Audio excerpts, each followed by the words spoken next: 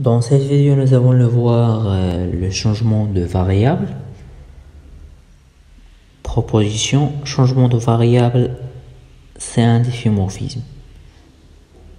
Voilà. Changement de variable pour c'est un difféomorphisme.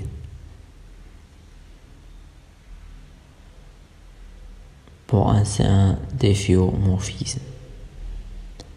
Donc soit U et V 12 ouverts non vides de RD, non vide de RD, et c'est défini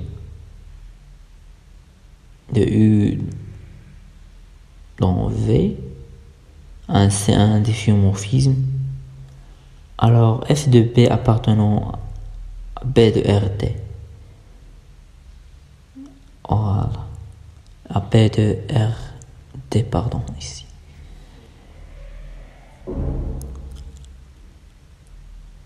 Et lambda df de R, phi de R,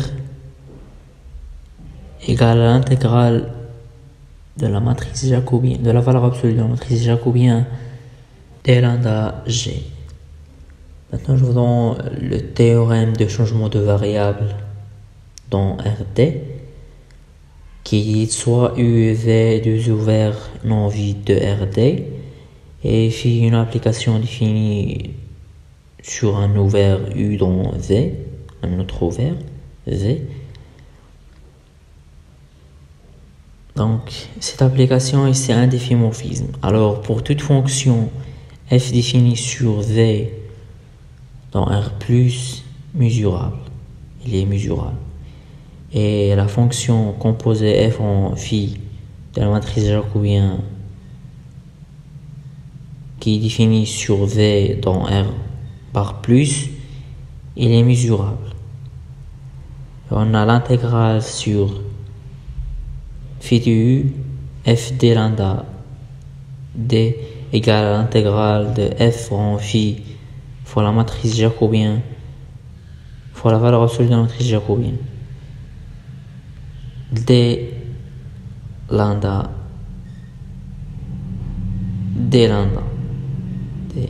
Donc pour toute fonction f définie sur V dans R,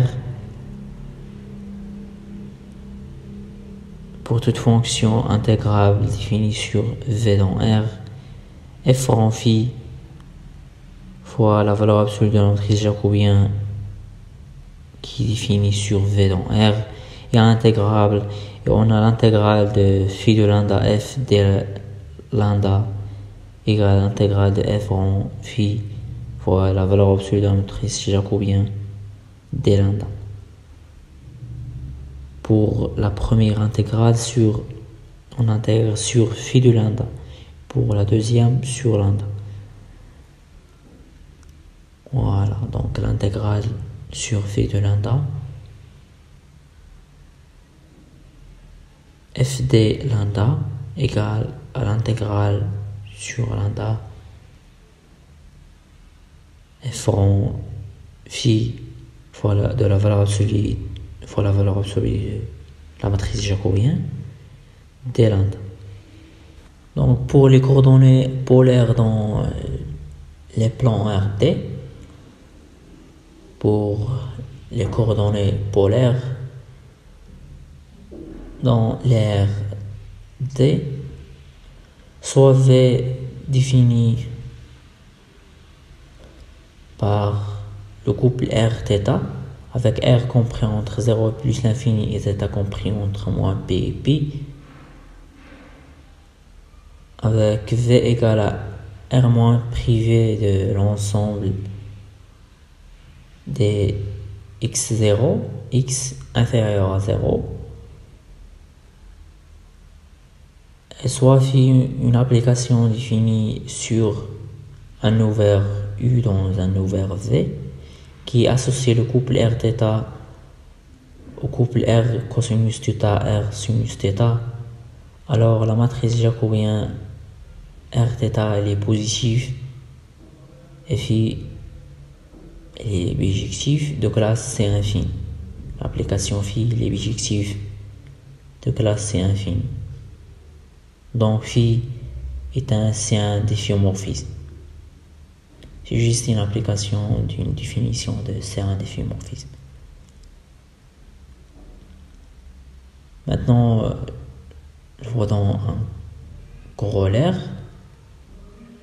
qui dit soit f une fonction mesurable définie sur R, soit f une fonction mesurable définie sur R et l'intégrale de f de xy, d de x, d de y égale à l'intégrale de f de R cosinus θ, R sinus θ, d de R, d de θ. Voilà, sur R au carré.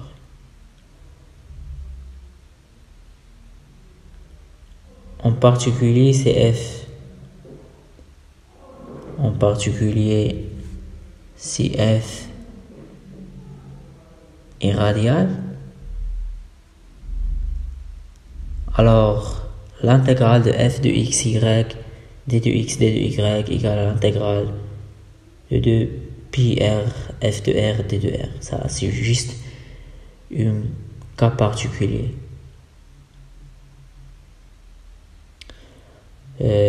Voilà, donc ça c'est r au carré pour la première intégrale sur r au carré, pour la deuxième sur l'intervalle 0 plus infini.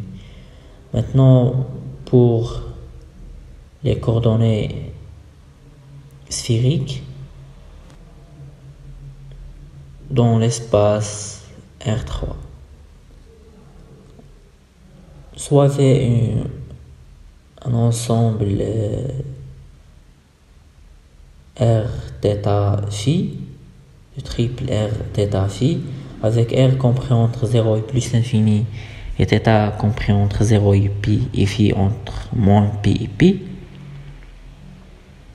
et V égale à R à la puissance 3 moins le triple x0 z pour x inférieur à 0, et soit psi l'application définie sur l'ouvert U dans l'ouvert V qui associe le triple R θ phi à R sinus θ cosinus phi, R sinus θ sinus phi, R cosinus θ, alors phi est bijectif.